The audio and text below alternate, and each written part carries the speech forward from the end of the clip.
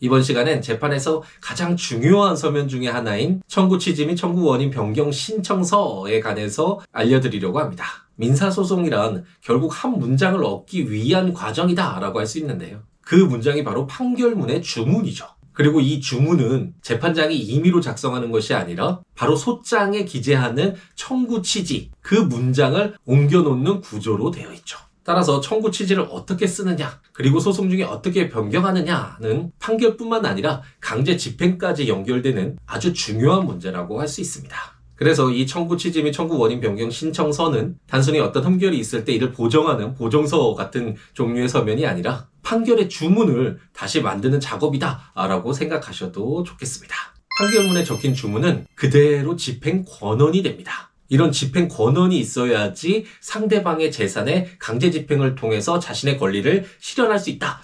빌려준 돈이 있으면 돌려받을 수 있다. 이런 부분과 관련된 내용은 여러 차례 설명을 드렸죠. 이처럼 중요한 집행 권한이 바로 판결문의 주문이고, 이 판결문의 주문이 방금 전에 말씀드린 바와 같이 소장의 청구 취지 기재에 따르게 된다라고 생각하시면 되는데, 그렇기 때문에 청구 취지가 잘못되면 판결문의 주문이 잘못될 것이고, 판결문의 주문이 잘못되면 승소 판결을 받더라도 강제 집행이 진행이 될 수가 없거든요. 그렇기 때문에 소장의 청구 취지를 정확히 기재하는 것이 정말 중요하고, 소장에서 잘못 기재했다고 하더라도 재판 과정 중에 사실조회나 금융거래정보 제출명령 신청을 통해서 확인된 사실관계가 변경이 되어서 청구 취지 금액이 변경되거나 지연 손해금의 기산일이 조정되어야 된다거나 청구 범위가 바뀌는 경우, 이런 경우가 발생했을 때는 그 내용이 판결문 주문에 정확하게 기재가 될 수 있도록 청구 취지를 정형화된 문장으로 정확히 기재해서 변경 신청을 하는 것이 꼭 필요합니다.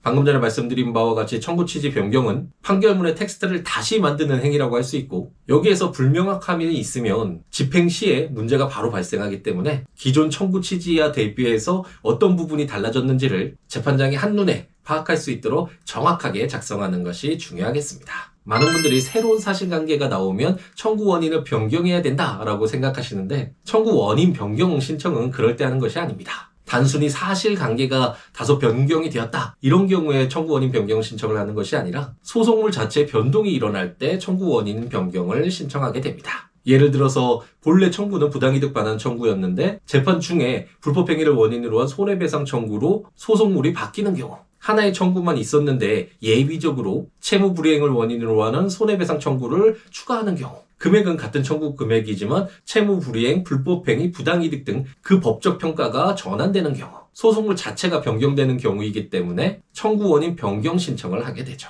반대로 사실관계가 좀 더 명확하게 밝혀졌다, 새로운 증거가 나왔다, 이 정도는 기존의 청구 원인을 보강하고 보충하는 의미로 사용하면 되는 것이고, 청구 원인 변경 신청까지 이르게 되는 것은 아니죠. 이처럼 청구 원인 변경은 소송물 자체를 바꾸는 것이기 때문에 처음 소장을 작성을 할 때 그 청구 원인을 명확하게 해두는 것이 필요하겠습니다.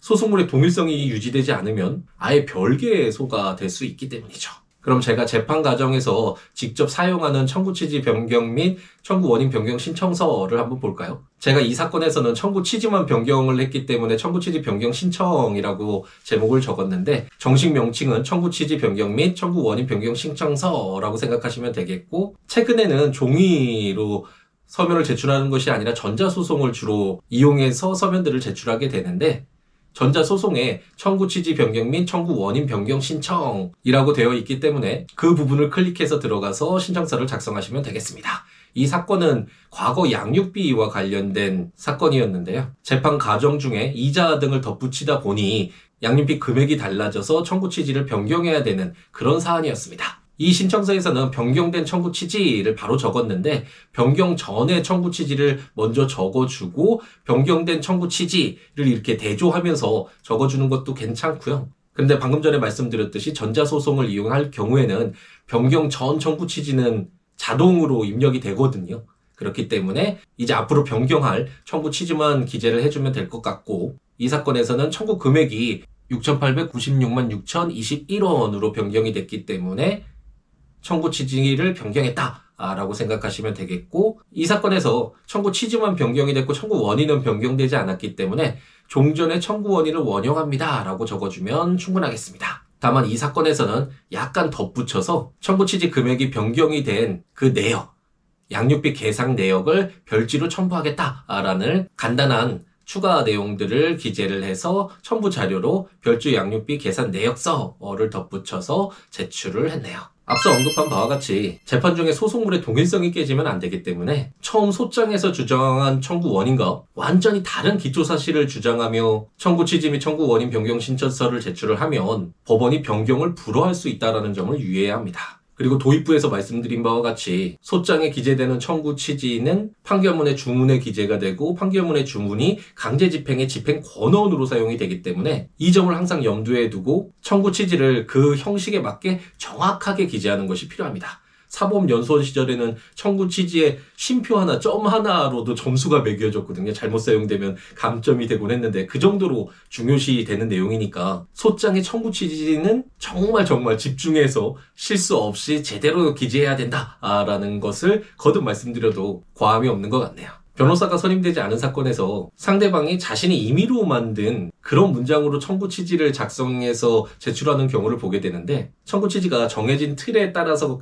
갖추어지지 않으면 재판 자체가 진행되지 않으니까요. 소장을 작성할 때 청구 취지는 제대로 작성하는 것이 필요하겠습니다. 그리고 가끔씩 당사자 소송 또는 변호사가 아닌 자에게 소장 작성을 부탁을 해서 이미 소장이 제출된 뒤에 저를 찾아오시는 분들이 계시는데요. 이렇게 재판이 진행되고 있는 과정에서 청구 취지와 청구 원인을 변경하는 것은 아무래도 유리할 것은 없기 때문에 될 수 있다면 소장을 작성을 할 때 법률 전문가의 도움을 받아서 청구의 기초와 청구 취지, 청구 원인을 명확히 해두는 것이 필요하겠습니다. 하지만 사람이 언제나 실수가 있을 수 있으니까 소장에서 청구 취지가 잘못되었다면 방금 전 말씀드렸던 내용들을 잘 참조하셔서 청구 취지 및 청구 원인 변경 신청서를 제대로 작성해서 제출하는 것이 꼭 필요하겠습니다. 그럼 청구 취지 및 청구 원인 변경 신청서는 너무나 중요하니까요. 시우로컴 제 블로그에 제가 직접 재판에서 사용하는 방금 전 모았던 그 신청서 양식을 올려놓았으니까요. 다운받아서 사용하시면 될 것 같고 다시 한번 말씀드리지만 청구 취지는 판결문의 주문,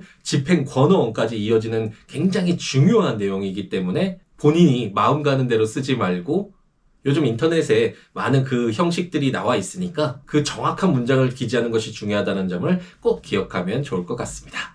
그럼 오늘 하루도 행복 가득하게 채우시기 바랍니다.